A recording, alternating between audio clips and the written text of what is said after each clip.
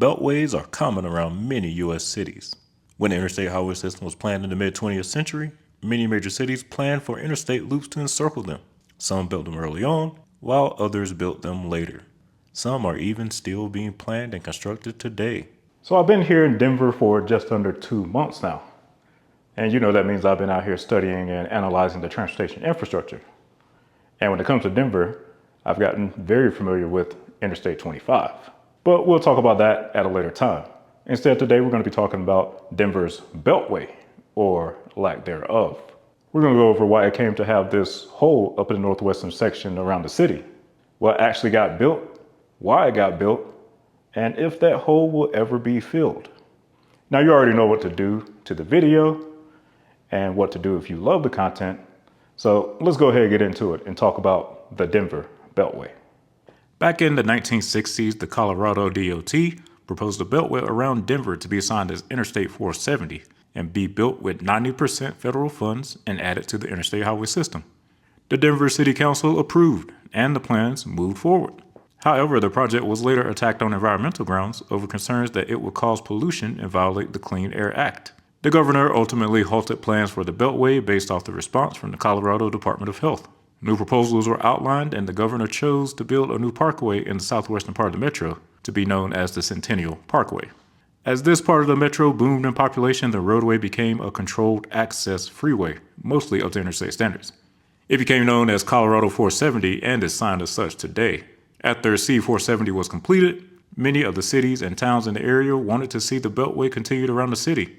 They saw the development that came to the southwestern suburbs and wanted some of it in their area as well.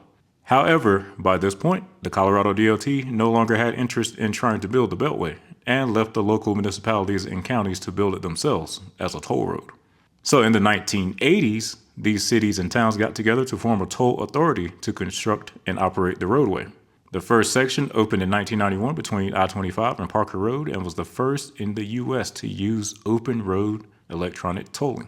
And the final segment was completed in 2003, connecting with I-25 north of the city.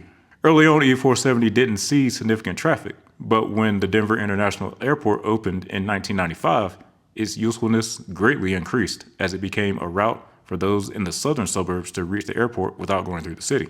Now, C-470 and E-470 are clearly the two largest segments, but as we can see, there's another segment to the west of I-25 known as the Northwest Parkway. In 1999, an authority was formed to plan, design, and construct a continuation of the Beltway from I-25 around Broomfield. It was locally financed by Broomfield, Lafayette, and Weld County with toll revenue bonds and opened in 2003. However, the use and the toll revenues were lower than expected on the route. And as a result, the roadway was sold off to a Portuguese consortium with a 99-year lease to operate the roadway. Now, just looking at the map, I'm not sure what they expected, as the Northwest Parkway is a dead-end route. I wouldn't expect anyone to use it other than local traffic. So unless they also thought that the last portion was going to be completed back to I-70, I just don't see where they thought people would actually use this one in heavy numbers. And that brings us to the big question. What happened with the last portion to connect the Northwest Parkway with Colorado 470 and Golden? Is it going to be built? Enter the Jefferson Parkway. The first proposal came in 2001 from officials in Arvada and Westminster, which called for an extension of the Northwest Parkway from the current terminus to meet C-470 in Golden. The extension was to be called W-470. But the city of Golden rejected this proposal in 2003. In 2008, the Colorado DOT released a study with 73 possible alternatives to connect the Northwest Parkway and Colorado 470. The study's preferred alternative is a combination of projects, including 10 miles of improvements to existing roads such as State Highway 93, US 6, and Interlochen Boulevard, and approximately 10 miles of new roadway construction. Golden accepted this proposed alternative. Since there would be no federal funds involved, the cities of Arvada, Broomfield, and Jefferson County formed the Jefferson Parkway Public Highway Authority to complete the final link of the Beltway. Officials in this area hoped that the parkway would bring major tax-generating commercial development. This type of development brings much more revenue than residential developments. But the planned Jefferson Parkway hit a few snags before it got off the boat. Broomfield has gotten lots of development in the area since the Jefferson Parkway was originally proposed.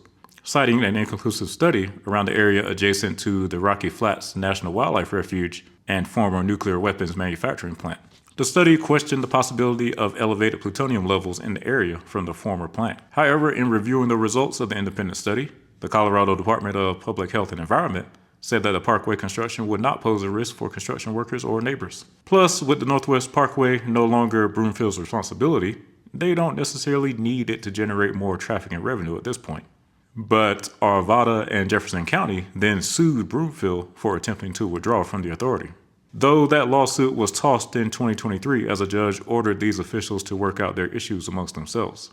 The nearby city of Golden is indifferent on whether or not the highway gets built, as it does not believe it would generate much traffic. They just want to ensure that it does not cut off parts of their city. City Public Works Director Dan Hartman said, "We think it is totally unneeded, and it will be a colossal failure," while the city of Superior is staunchly opposed to the parkway. And as of today, the road is technically still stuck in the planning stages. The Parkway Authority website is still up and running, and it appears that they still expect at some point to be able to construct the roadway. You can clearly see why Arvada wants the parkway pretty badly. Looking at its boundaries, they have some open territory near the proposed route, and it's pretty difficult to access this area as it stands. So I doubt any major companies want to locate way out there when it takes so long just to get anywhere. So what do I think? Well, on a traffic generation standpoint, I'd have to disagree with Golden's assumption that the parkway won't generate traffic. The reason being that currently there aren't any major roadways in the area. Then you have to assume that the typical development that follows a new freeway connection would follow here if it were built. Now, obviously, it wouldn't have much traffic in the near term, since right now there's nothing there. But also, one must consider the factor in the connection to the existing Colorado 470. Though the fact that it is a toll road rather than a free one could slow down development, at least for a little while. But I've seen too many beltways be built around the country, and large amounts of development usually is soon to follow. You can see what happened with I-485 in South Charlotte when it was first built. So in my opinion, it really boils down to whether the cities in this area want that land to be developed or not. And it would likely increase the usefulness of the Northwest Parkway, which at the moment is a dead-end route in Broomfield. Now, in terms of traffic flow or relief for the Denver area as a whole, I don't see it helping there. Being a toll route does mean that most people will continue to utilize I-70 and I-25 instead. So this road would mostly be used by locals and the new development that will follow. Whether or not it will be built, well, that's up in the air. I haven't been here quite long enough to be familiar with the political climate, so it's hard to speculate on that. But it looks like it really boils down to whether or not Broomfield wants to play ball. Even if they somehow pulled out of the organization, it looks like some of Broomfield's territory would be needed to build the highway. Or maybe Broomfield officials are just having PTSD from the Northwest Parkway debacle. And now we're going to take a look at the corridor where the Jefferson Parkway and the additional roadway would theoretically go through in order to complete the loop.